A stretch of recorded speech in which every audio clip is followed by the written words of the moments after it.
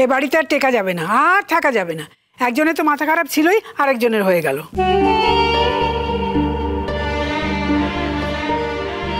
মা দেখো, তুমি জানো আমি চিরকালই পারফেকশনিস্ট। ওর এখন একটা বয়স হয়েছে, এখন সবকিছু একটা কোয়ালিটেটিভ চেঞ্জ দরকার লাগে।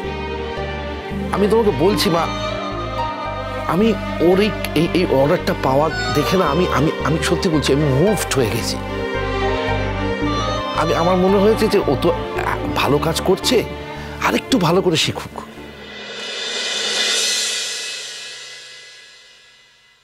কি হলো, কাঁদছো কেন? ভয় পাচ্ছ? ভয় পেয়ে কাঁদছো? ওমা ওমা কাঁদছো কেন? কি আছে? মা তুমি কাঁদছো কেন? তাহলে তুমি যেও না।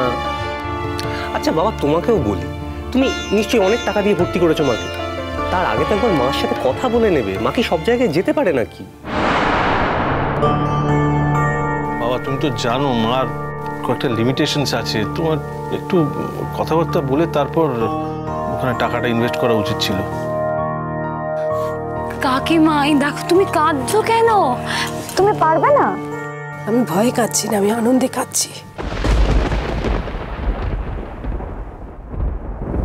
ছেলেরা তো নির্বোধ, তাদের তো বোধ নেই, তারা বোঝে না যে মানুষ আনন্দেও কাঁদে। এত আনন্দের কি হলো বলো তো বৌমা? আনন্দ হবে না মা? আমার স্বামী বুঝতে পেরেছে যে আমি এই কাজটা করতে পারি, আমি ছেলে খেলা করছি না, আমার দ্বারা এটা সম্ভব। এটা যে উনি বুঝতে পেরেছেন এবং এতটা পয়সা খরচা করে যে আমাকে ভর্তি করে দিচ্ছেন, আমার আনন্দ হবে না?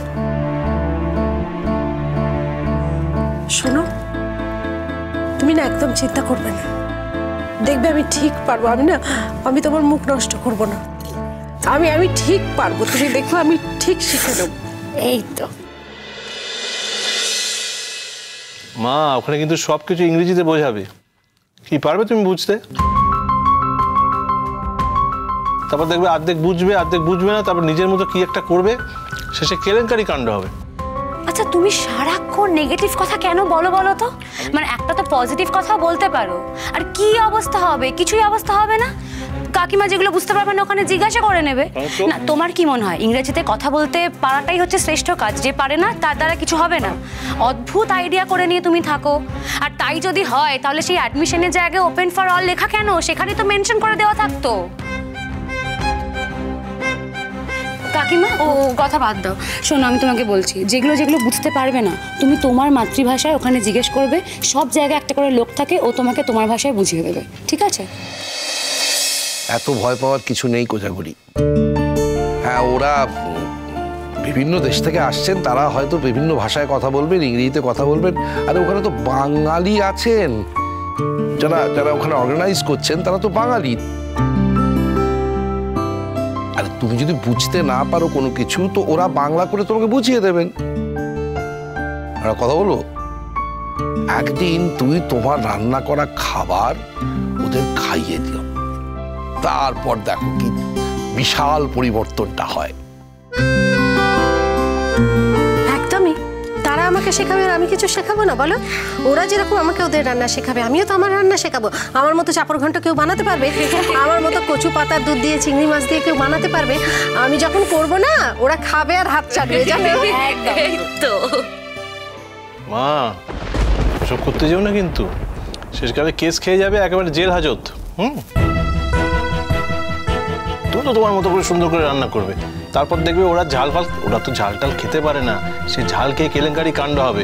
তারপর বলবে তুমি ইচ্ছে করে ওদের শাস্তি দেওয়ার জন্য এই ধরনের খাবার খাইয়েছো, তখন কি হবে? জেল হলে আমার হবে, তোদের তো হবে না। তোরা এত ভাবছিস কেন? কি বলছো মা? কি তোমার জেল হলে আমাদের খারাপ লাগবে না, কষ্ট হবে না? সত্যি?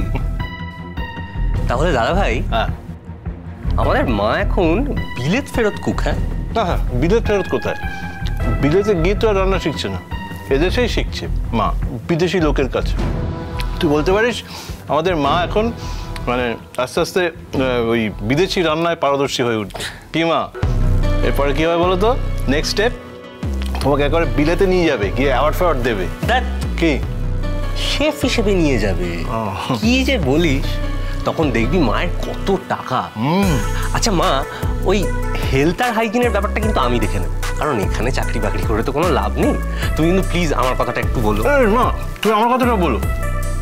এই তো কোকো কাল কি বলছিল বলতো? তুই তো ছিলি না। কোকো কাল বলছিল আমি নাকি ভবিষ্যতে মার ইয়েতে কোম্পানি রেস্টুরেন্টে জয়েন করতে পারি। হ্যাঁ কোকো মানে দিনে কালে কোকো যে কি হলো, মানে কোকো ভবিষ্যৎ দেখতে পাচ্ছে।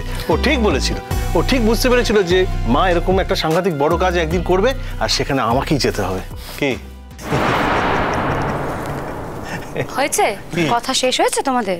সারাক্ষণ তো শাসন করিস কেন বলতো? একটু মজা করতে পারবো না নাকি? সত্যি আমরা বাড়িতে তো এরকম ভাবেই থাকি। তুই কি জানিস না নাকি? হ্যাঁ খুব জানি। অন্যকে হিউমিলিয়েট করে প্রচন্ড আনন্দ পাও তোমরা। বিদ্রুপ করা ছাড়া আর কোনো কথা বলতেই জানো না। ছাড়ো তো। শোনো কাকিমা, চলো আমরা ব্যাগ গোছাই এবার। ও কাকু বলছি কখন বেরোতে হবে? এই তো আজই বিকেল বেলা।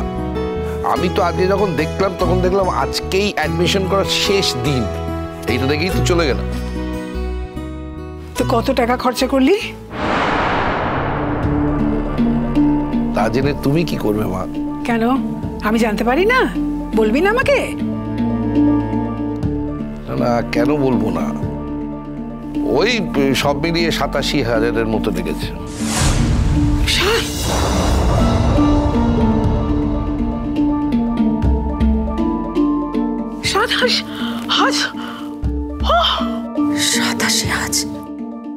খাওয়া থাকা আলাদা, শুধু কোর্স ফিটাই 87,000।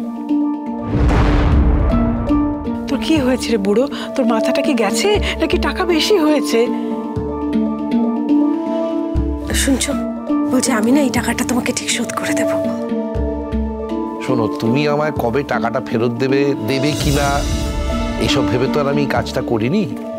একটা কথা স্পষ্ট বলছি, তোমার দোকান হোটেল টোটেল যা কিছু 3টের মধ্যে শেষ করবে, ব্যাস।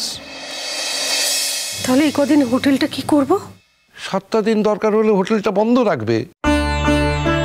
তাহলে তো লোকে ভাববে আমার হোটেল উঠে গেছে। ভাবতে দাও, তুমি অনেক বড় কাজে যাচ্ছ। ওরা কি ভাবছে কি হবে, দরকার পড়লে তুমি একটা নোটিশ লিখে দিও। আচ্ছা ঠিক আছে, আমি তোমায় লিখে দিচ্ছি যে তুমি একটা রেসিডেন্সিয়াল কোর্স করতে যাচ্ছ, তুমি ওখানে নোটিশটা টাঙিয়ে দিও। খুশি তো? আমি খুব খুশি হয়েছি। আমার যে কি আনন্দ হচ্ছে, এই তো তুই কিছু বলছিস না যে? কি আর বলবো, আমি জানি তুমি খুব খুব খুব সাকসেসফুল হবে। কাকিমা এই তো সবে শুরু।